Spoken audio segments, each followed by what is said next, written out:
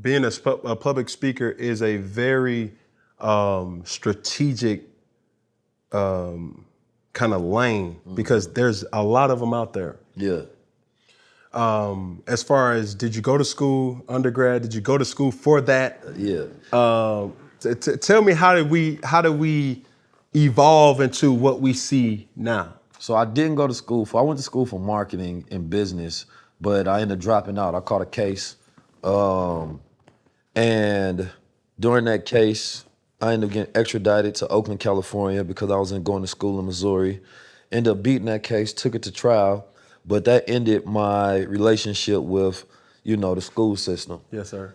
But when I was young, we used to have what they call Savior's Day. So Savior's Day is a Black Muslim celebration, right? And there was this TV channel in Oakland called Soul Beat. So we used to have to practice these particular speeches. It could be about astronomy, it can be about sociology, it can be about Black empowerment.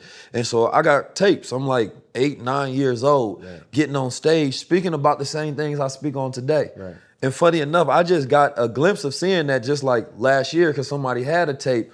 And I've seen myself quoting something I said when I was a child today. Wow. You understand me?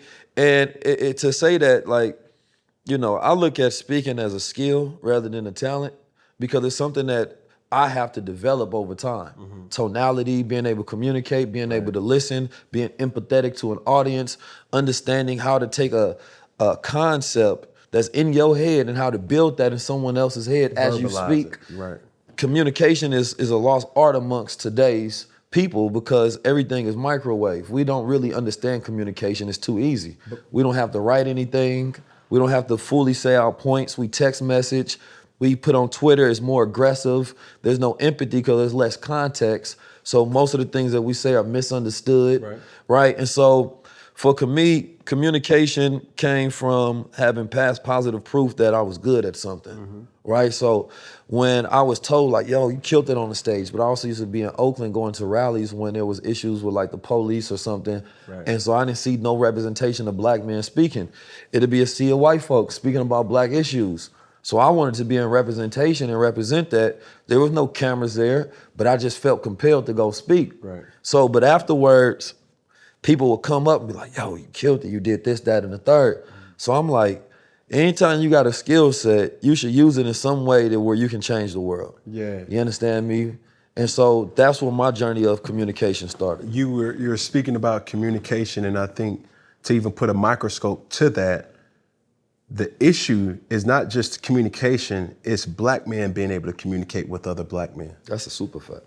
You feel me? Like having this eye contact and saying, hey bro, let me tell you something.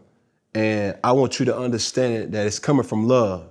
Like what you did, uncalled for. And let me tell you why I was uncalled for. Now, I had mentioned in an episode before, the difference between fuck you coming from a white man to a white man is completely different than a fuck you coming from a Black man to another Black man. Yeah. You see what I'm saying? And it's all communication. A white man saying to another white man, fuck you, he can still make millions of dollars with that person. Yeah. We've seen it because, let's say Trump, right? A lot of Caucasian people hate Donald Trump, but guess who they voted for? Big Trump. You see what I'm saying? You don't get to being who he is without the support from all people. Yeah. It's Black people who voted for Donald Trump too. Oh yeah, a lot. Just keep it a buck. Yeah. But when you have senseless issues like in our culture, rap beefs, when they say it's fuck you to the it's that's something that we have to change. Yeah. You know what I'm saying? And it starts with communication because once a person feels a certain type of way, it's not even that you want that person to feel how you feel. You want that person to understand where you was coming from. And a lot of Black men have issues with articulating and verbalizing how it made them feel. Because one of two things, either they don't know how, or it's looked at as weakness. Yeah. You know what I mean? But I've been around you off camera, long enough to realize like this motherfucker woke. Like, you know what I'm saying? You're able to control your vernacular. The tone is important. Empathy is important.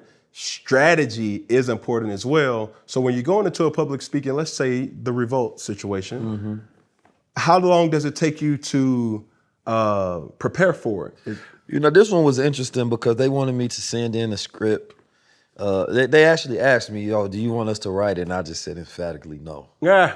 No, this ain't it. It's not possible for you to write something better than what's gonna come out my head, because Yeah. I let God write for me. Yes, sir. Ain't no better writer than God. Yes, sir. You understand me? So for most of the time, what I try to do is gather inspiration. You understand me? And I try to visualize what do the people need, right? Because if there's just one topic, like they gave me a broad topic, the future is now. So that could mean anything, literally. Right. So with that one, I try to think, how do I connect us to understand that time is an illusion and that everything exists in this moment. It's all about what we do right now. And in order for us to really understand it, we have to understand what was done before we got here. Right. Right. So before I speak, I would, you know, I might listen to a great speaker. Right. I'm listening to the greatest speeches in history because that's what I want to be on par towards. You understand me? And then I imagine the response, right? I've done this ever since I was a child. If I get into any competition, I'm not worried about the competition. I'm imagining what it's like to win, how it's like to celebrate. You understand me? Because now everything in the middle is just in my way towards getting me to that finish, right? But you know, when you study and you trained on something, you know it. So overthinking can actually delay your response, right? So when you actually in the field, it's gonna destroy your flow. So now you're trying to think of what to say, but these are two different parts of the brain. It's what you know, and then you got your hardwired thinking. So now this is like when people go on stage and they can't speak because they got two parts in the brain tripping over each other. So I take the notes, I allow myself to be inspired, but when I get on the stage, I have to just let it flow. And I gotta just be in flow state. Because that's the type of speaker I am. Different speakers are different. Some people got to have a whole script in front of them and they got to read it. Some people got to have something in their head that they rehearsed 1,000 times because we learn in school to be technical thinkers. Memorization is taught as the highest level of intelligence in school, which is completely false. So for me, you know, if you put me on any stage and I feel the inspiration and I feel the connection to the people, I'm going to step up there and deliver. And I want to think about I'm not just the people that's in front, the audience is just there to watch what I'm going to share to the world later. You understand me? So I'm not particularly just worried about the audience that's in there. I'm worried about how can I change the world when I'm done speaking. Right. Two things really.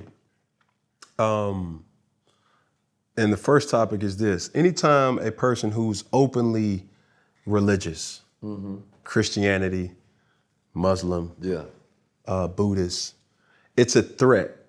Because not a threat because they don't like it. It's a threat because people don't know. You know what I'm saying? And we all know or have our own kind of understanding of what Muslims is. But do you have any Caucasian friends?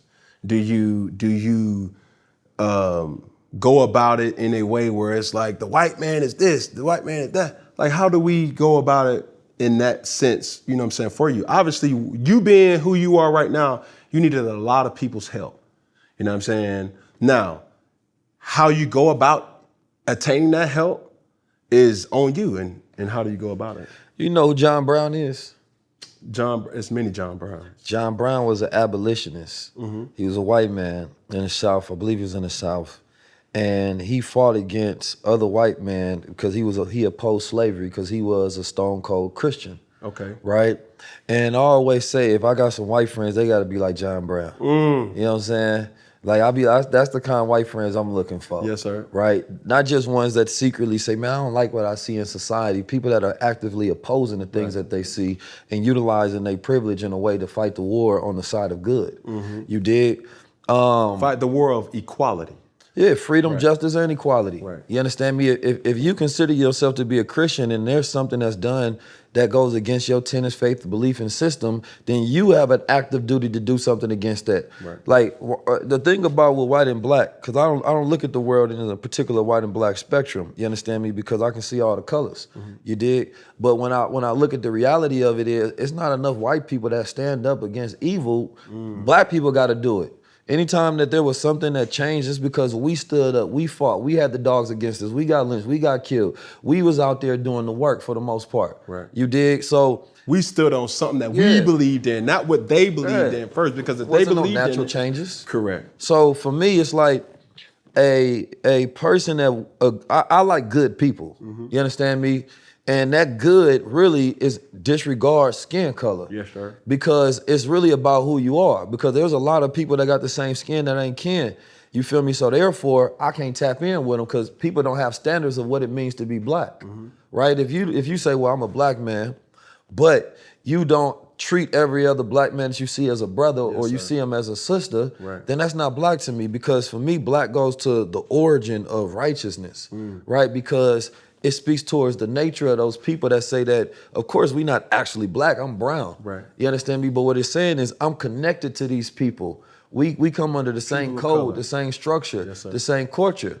So for me, it's about what's the color of your mind? You understand me? What do you represent? What's your values?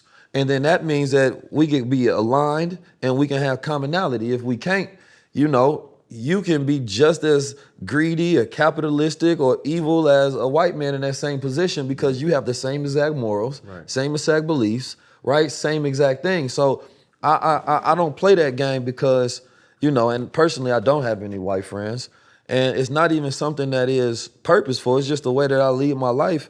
The people that I find magnetized to what I'm doing are my people because I'm speaking now. I have tens of thousands, if not hundreds of thousands of white people that tap into the platform because I spit universal knowledge that's good for all people. Yes, sir.